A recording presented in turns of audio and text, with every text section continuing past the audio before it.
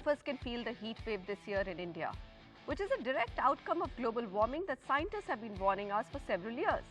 Now, cutting down carbon emissions, which are contributing to the Earth's rising temperatures, is no longer optional. And buildings which are energy guzzlers contribute to, guess how much? 40% of the world's total carbon emissions. So every building or project that truly raises the bar on cutting down carbon emissions is something we like to talk about on the Property Show.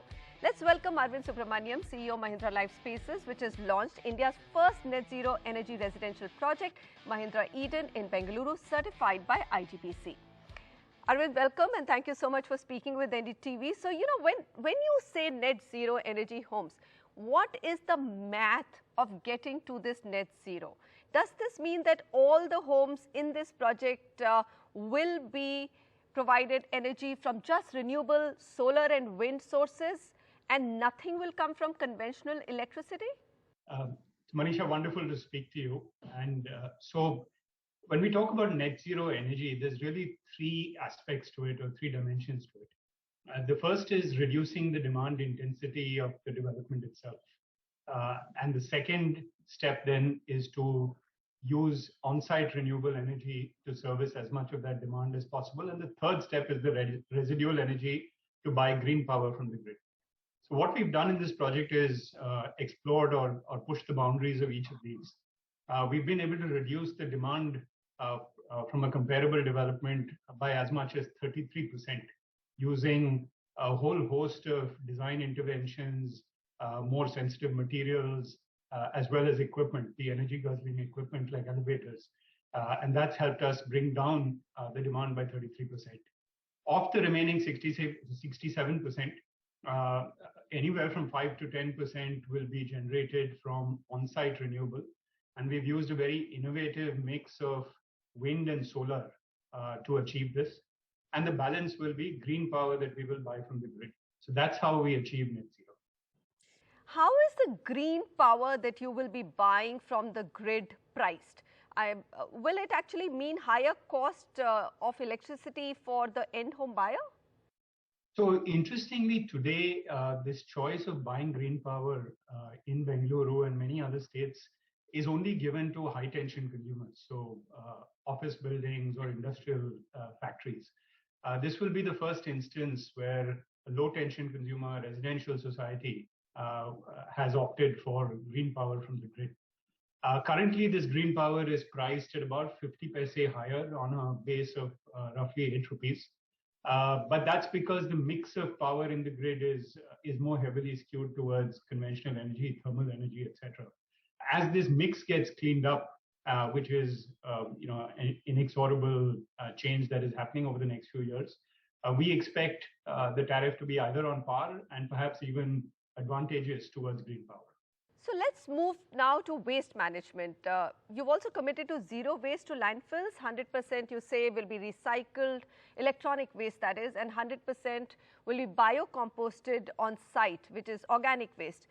That's correct, Manisha. So on this project, we've achieved net zero from an energy perspective. The next two frontiers for us to conquer are net zero on the waste and net zero on water. On waste, we are getting to about 90% waste recycling, and we still have some journey to travel to get to 100%. So what we're doing is diverting all waste from landfill, as you rightly pointed out, e-waste management. On plastics and other hazardous waste, we are tying up with resource centers and segregators who will separate plastic waste and send it to recyclers. So that's the way we are tackling waste. And the biocomposting of organic waste on site, will you manage to reach that 100% composting on site? Yes, absolutely. So that is the intent, and some of this, of course, is based on the participation and involvement of the residents. So segregation at source is important, but we will be targeting 100% biocomposting. Okay, let's come to water saving targets. What are these targets you've set for this project, and how much would you save in Mahindra Eden vis-a-vis, let's say, the last project that you've executed? Yeah, so again, on water, we've got to, on this project, about 74% lower water demand from external water sources. And this is like in the case of power, a combination of demand reduction by using low flow water fixtures, aerators and things in taps, cisterns which have lower water usage, but also using rainwater harvesting, sewage treatment, as well as groundwater recharge. And for all of this, how much more does the home buyer pay, Arvind? Not much more, and certainly not commensurate with the value we're giving.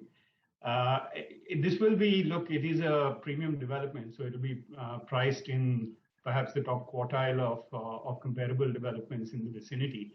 But it's not just because it is net zero or because of the biodiversity. I think it's a combination of features that positions this low density product, only about 550 apartments in a 7.5 acre parcel of land, a lot of natural flora and fauna, and some wonderful features in the product.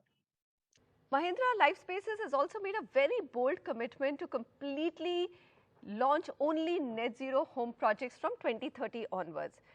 So this is, I think, in line with Mahindra Group's own commitment to go net zero 10 years before the Paris Agreement. That's a lot of pressure on you as a CEO. Are you excited about the journey, or do you think it's going to be a rather big challenge? No, absolutely. And, I was thinking about Neil Armstrong's famous words when he landed on the moon, and it seemed to have been written prophetically for such occasions. So it's certainly a bold step forward for us, but I think it's a giant leap for the industry to move towards net zero. It's we don't know yet exactly how we will get there, but it's a challenge worthy of us and our team. Arvind, thank you very much for speaking to us. All the very best. We need many such projects. Wish you good luck and good success. Thank you, Manisha. That's a wrap on the Property Show. Thanks so much for watching.